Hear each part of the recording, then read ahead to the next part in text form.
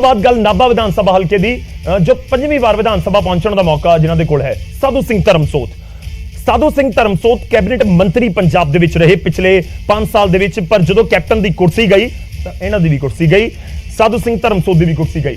पर 2002 च जित हासिल की, 7 च जित हासिल की, 12 जित हासिल की, 17 जित हासिल की, 2022 च मैं तुहानूं एक होर इंटरस्टिंग फैक्ट दसदा। 1992 दे विच जदों बाइकआउट होया सी अकाली दल दे वल्लों तां उस समय पहली बार साधु सिंह धर्मसोत जिते सी। उस तो बाद 1997 एक होर इंटरस्टिंग फैक्ट दसदा। 1992 दे विच साधु सिंह धर्मसोत दी सीट अमलोह होया करदी सी और 2012 च जदों डीलिमिटेशन दोबारा हुई है उस समय 2012 च ये नाभे आ गए। नाभे काका रणदीप हुंदे सी ते ओह अमलोह चले गए। हुण मौजूदा समय जो विधायक ने और मंत्री भी ने, खेतीबाड़ी मंत्री साधु सिंह धर्मसोत 1997 च हारदे ने जदों अकाली दल ने 93 सीटां, अकाली दल बीजेपी गठजोड़ ने 93 सीटां हासिल करके सरकार बनाई सी। उस तो बाद 2002 च जिते, 7 जिते और 12 दे विच, क्योंकि 2002 और 2007 दे विच जदों जिते ने उस समय अमलोह विधान सभा हल्के तो जिते सी और 12 दे विच आ गए नाभा विधान सभा हल्का। 12 च नाभे तो जिते, 17 च नाभे तो जिते ते 2022 च एक बार फिर तो चोण मैदान च ने नाभा विधान सभा हल्के तो ही कांग्रेस के टिकट तो कि साधु सिंह धर्मसोत लगातार 5वीं बार जाणगे। हालांकि हुण तक 6 बारी 5 बारी जा चुके ने विधान सभा, पर एक बारी उन्होंने जरूर हार हुई सी। असीं लगातार दा जिक्र कर रहे हैं कि जिहड़े विधायक या फिर जिहड़े आगू ने जो लगातार जित हासिल करते आए ने, जिथे उन्हां दी ब्रेक लगी है असीं उस तो बाद दी गल करांगे। साधु सिंह धर्मसोत तो बाद असीं अगे वधदे हां ते हुण काका रणदीप जो मैं पहलां जिक्र कर रहा सी, काका रणदीप पहलां नाभा विधान सभा हल्का तो चोण मैदान च उतरदे सी। 2002 च उत्थे जिते ने, 2007 दे विच उत्थों जिते ने, फिर 2012 दे विच अमलोह चले गए क्योंकि अमलोह जिहड़ी है जनरल सीट हो गई और नाभा रिजर्व सीट हो गई। तां पहलां अमलोह रिजर्व सीट हुंदी सी, उत्थे साधु सिंह धर्मसोत सी, तां दोवां ने एक तरीके नाल स्वैप कर लई। ज्यादा दूर नहीं है, नाभा ते बिल्कुल अमलोह नाल लगदियां सीटां ने, बहुत नाल लगदे इलाके ने। हालांकि नाभा पटियाले जिले च आउंदा है और अमलोह फतेहगढ़ साहब जिले दे विच आउंदा है। तां इह 5वीं वार कि काका रणदीप जाणगे। खास यह भी है कि काका रणदीप नूं मंत्री बनने का मौका मिलिया, 4 बार लगातार जित हासिल की है और लगातार मंत्री वाली रेस दे विच सी, नहीं मिली इसी कुर्सी। पर जदों कैप्टन की कुर्सी गई, 5 मंत्रियों की कुर्सी गई, तां फिर नंबर लग्या काका रणदीप दा कैबिनेट दे विच भी। और कैबिनेट दे विच नंबर लग्या भी अजिहा कि उन्होंने खेतीबाड़ी मंत्राला मिलिया। ये पंजाब दा सब तो तुसीं कह सकते हो इस बार दा गर्म मुद्दा रहा, जिस दे उत्ते खूब 1.5 साल दे विच आपां किसानी अंदोलन तो लैके बहुत सारियां चीज़ां हुंदियां देखियां ने। तां काका रणदीप दा जिक्र है 5वीं वारी कि जित दा पंजा लगाउणगे जां नहीं लगाउणगे, 10 तरीक नूं साफ होएगा। खैर इस दे नाल नाल मैं अपने दर्शकों ने भी अपडेट कर दवां, सिरे 5 बजे तो 10 तरीक नूं लगातार असीं तुहाडे नाल जुड़ांगे। ते हुण गल जित दे चौके दी कि चौका लगाएगा कोई कि जिन्हां ने लगातार जित हासिल की है, पिछली बार 3 बार जिते ने, कि उन्हां दे कोल मौका होएगा। तां चरणजीत सिंह चन्नी उन्हां दे विच एक नाम है। सूबे दे मुख मंत्री ने 2007 तो लगातार चमकौर साहब सीट तो जितदे आए ने। 2007 च आजाद उम्मीदवार के तौर के उत्ते चोण मैदान च उतरे, जित हासिल की। 2012 दे विच जित हासिल की, 17 च जित हासिल की, 2022 च की चमकौर साहब तो जितणगे या भदौड़ तो जितणगे या दोवें सीटां जितणगे। यह भी इंटरस्टिंग है कि 2007 दे विच चमकौर साहब सीट नहीं सी, मोरिंडा विधान सभा हल्का सी, उत्थे आजाद के तौर के उत्ते चोण मैदान दे विच उतरे। 2012 दे विच फिर जदों चमकौर साहब सीट बन गई तो उन्होंने, क्योंकि मोरिंडा चमकौर साहब के अंडर आंदा हुण, 2012 दे विच उत्थे जित हासिल की कांग्रेस के टिकट दे उत्ते। 2007 दे विच आजाद उम्मीदवार जिते सी। आजाद उम्मीदवार जितना एक बहुत बड़ी गल हुंदी है, कहा जाता है पंजाब की सियासत च।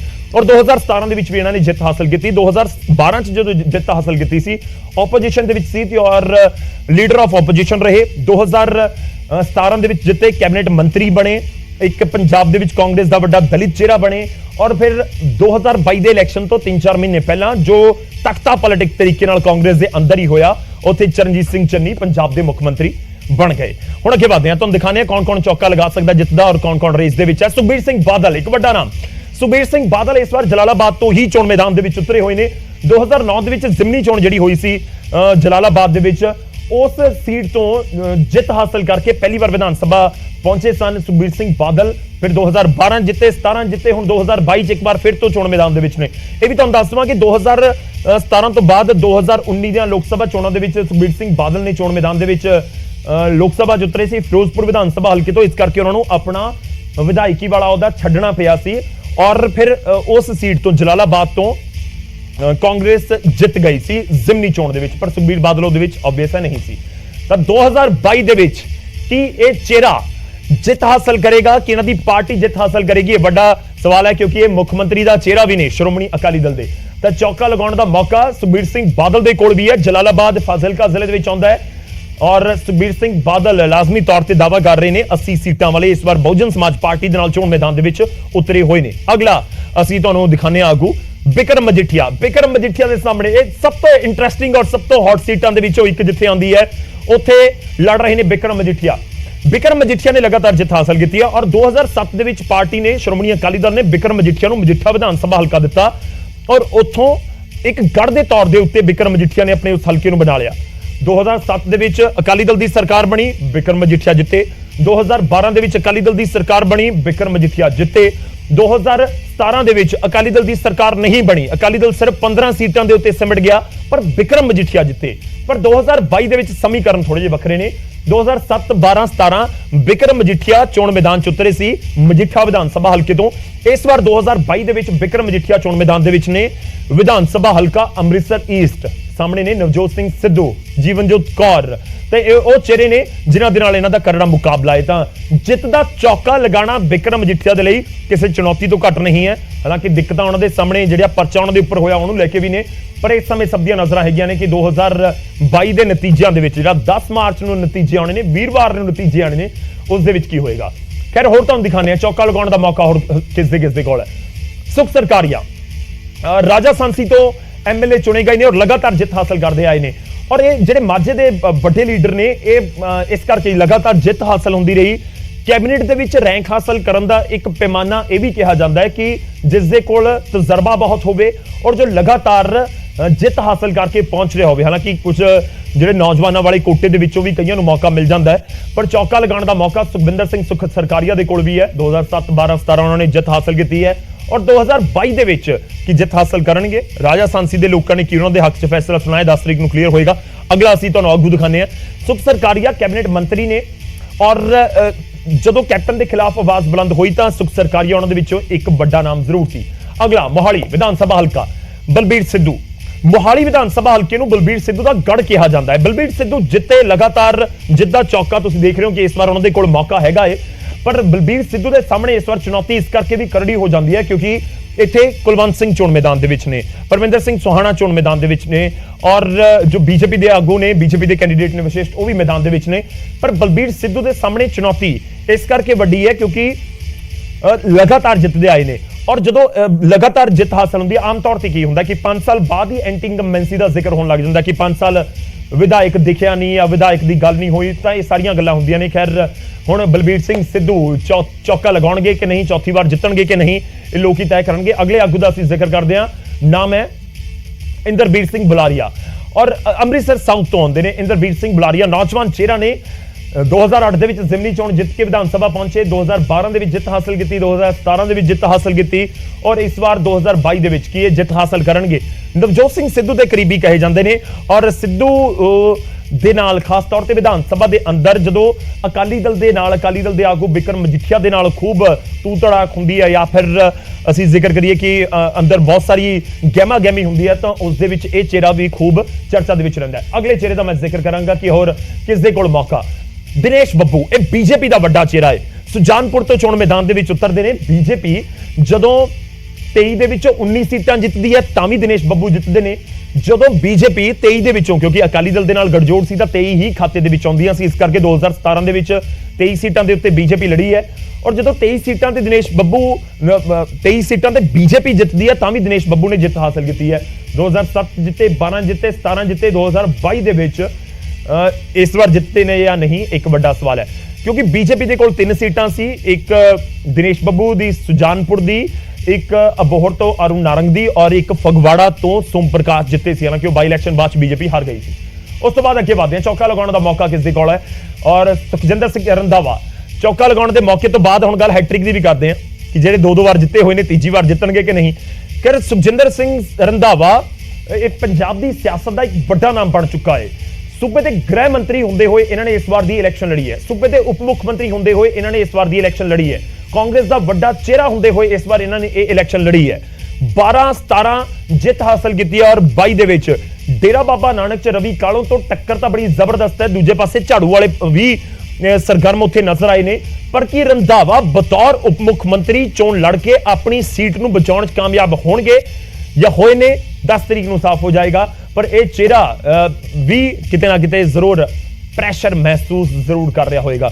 ਜੋ ਮੈਂ ਪਹਿਲਾਂ ਜ਼ਿਕਰ ਕੀਤਾ ਸੀ ਕਿ ਜਨਤਾ ਸਭ ਤੋਂ ਉੱਤੇ, ਇਹ ਨਹੀਂ ਕਿ ਕਿਸੇ ਨੇ 5 ਵਾਰੀ ਇਲੈਕਸ਼ਨ ਜਿੱਤੇ ਆ, ਕਿਸੇ ਨੇ 4 ਵਾਰ ਜਿੱਤੇ ਆ, ਕਿਸੇ ਨੇ 10 ਵਾਰ ਜਿੱਤੇ ਆ। ਜ਼ੀਰੋ ਤੋਂ ਹੀ ਸ਼ੁਰੂ ਕਰਨਾ ਪੈਂਦਾ। ਹਰ ਵਾਰੀ ਇੱਕ ਇੱਕ ਵੋਟ ਪਾਏਗੀ, ਫਿਰ ਦੂਜਿਆਂ ਤੋਂ ਅੱਗੇ ਲੰਘਣਗੇ ਤਾਂ ਅੱਗੇ ਹੋਏਗਾ। ਅਗਲੇ ਚਿਹਰਿਆਂ ਦਾ ਮੈਂ ਫਟਾਫਟ ਜ਼ਿਕਰ ਕਰਾਂਗਾ, ਬਹੁਤ ਸਾਰੇ ਚਿਹਰੇ ਤੁਹਾਨੂੰ ਦਿਖਾਣੇ ਆ। ਤ੍ਰਿਪਤ ਰਜਿੰਦਰ ਸਿੰਘ ਬਾਜਵਾ ਆਪਣੀ ਸੀਟ ਬਦਲਣ ਨੂੰ ਫਿਰਦੇ ਸੀ, ਫਤਿਹਗੜ੍ਹ ਚੂੜੀਆਂ ਤੋਂ ਇਸ ਵਾਰ ਬਟਾਲਾ ਜਾਣਾ ਚਾਹੁੰਦੇ ਸੀ, ਕਾਂਗਰਸ ਨੇ ਨਹੀਂ ਭੇਜਿਆ, ਉੱਥੇ ਹੀ ਚੋਣ ਮੈਦਾਨ ਚ ਉਤਾਰਿਆ। ਤ੍ਰਿਪਤ ਰਜਿੰਦਰ ਸਿੰਘ ਬਾਜਵਾ 2 ਵਾਰ ਲਗਾਤਾਰ ਜਿੱਤ ਚੁੱਕੇ ਨੇ, ਕੈਬਨਿਟ ਮੰਤਰੀ ਨੇ ਮੌਜੂਦਾ ਸਮੇਂ ਦੇ ਵਿੱਚ, ਔਰ 2022 ਦੇ ਵਿੱਚ ਚਿਹਰਿਆਂ ਨੂੰ ਜਿੱਤ ਮਿਲਦੀ ਹੈ ਨਹੀਂ ਮਿਲਦੀ, ਇੱਕ ਵੱਡਾ ਸਵਾਲ ਹੈ। ਅਗਲਾ ਚਿਹਰਾ, ਹੈਟ੍ਰਿਕ ਲਗਾਉਣ ਦਾ ਮੌਕਾ ਕਿਸ ਕਿਸ ਦੇ ਕੋਲ ਹੈ? ਰਾਜਕੁਮਾਰ ਵੇਰਕਾ, ਕੈਬਨਿਟ ਰੈਂਕ ਮਿਲਿਆ, ਲਗਾਤਾਰ ਚਰਚਾ ਹੋ ਰਹੀ ਸੀ ਰਾਜਕੁਮਾਰ ਵੇਰਕਾ ਦੀ ਕਿ ਇਹਨਾਂ ਨੂੰ ਕੈਬਨਿਟ ਰੈਂਕ ਮਿਲੇਗਾ। ਖੈਰ ਬਿਲਕੁਲ ਜਾ ਕੇ ਕੈਬਨਿਟ ਦੇ ਵਿੱਚ ਸ਼ਾਮਲ ਕੀਤਾ ਗਿਆ ਇਲੈਕਸ਼ਨ ਤੋਂ 3-4 ਮਹੀਨੇ ਪਹਿਲਾਂ।